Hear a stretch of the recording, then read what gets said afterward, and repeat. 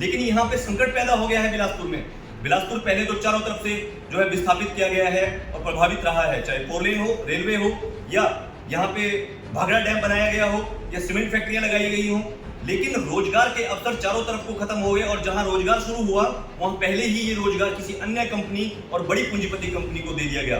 तो 63 में जो गोविंद सागर झील है, ये झील जो है, इस झील में पानी जो है वो भर गया था। 1963 से लेकर इस झील में मोटर बोट जो है वो चलने लगे और मोटर बोट के साथ साथ इस झील में, इस भाखड़ा बांध को बनने में, गोविंद सागर झील को बनने में अपनी कुर्बानियां देकर इस झील में अपनी जमीनें खोई, उन लोगों ने ये रोजगार किया।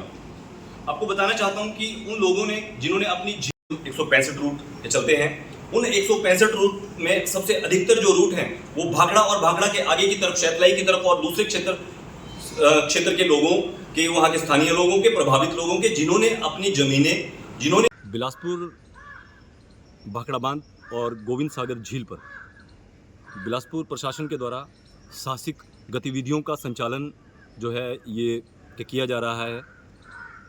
इन साहसिक गतिविधियों और एडवेंचर स्पोर्ट्स के लिए बिलासपुर के लोगों ने पिछले लंबे समय से मांग की थी, जिसके बाद ये साइट्स सारी अप्रूव हुई।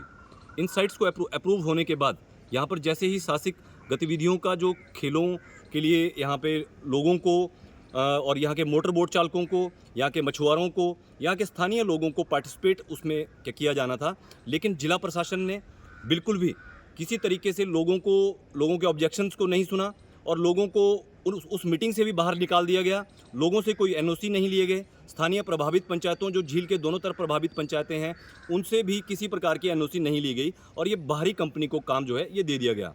जबकि ये जितना भी जो रोजगार है, ये रोजगार के अवसर सृजित जो थे वो स्थानीय लोगों के लिए किए जाने हैं। जो लोग इतने सालों से 1962 और 1963 में झील भरने के बाद से लेकर अब तक यहाँ पे अपना मोटर बोट चलाते हैं और फेरी एक्ट के अंतर्गत 165 बोट यहाँ पे चलते हैं, जिसमें सैर सपाटा बोट भी चलते हैं।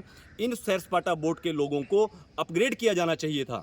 इनके बोट को स्पीड बोट में बदला जाना चाहिए था। इनको ट्रेनिंग जो है वो दिलाई जानी चाहिए थी। ये प्रशासन की नैतिक जिम्मेवारी बनती है। जबकि प्रशासन ने इन सब बातों को दरकिनार किया और एक बड़ी कंपनी, बाहरी कंपनी को लाभ पहुंचाने के लिए ये सारे के सारा टेंडर प्रक्रिया में इस प्रकार की तकनीकी 50 लाख का टर्नओवर और रजिस्टर्ड कंपनी होनी चाहिए और 3 साल का एक्सपीरियंस होना चाहिए। ये उसमें तकनीकी तौर पर इस तरह का क्राइटेरिया डालकर इन लोगों को बाहर कर दिया गया, जो कि बिल्कुल गलत है, जिसका लोग विरोध करते हैं।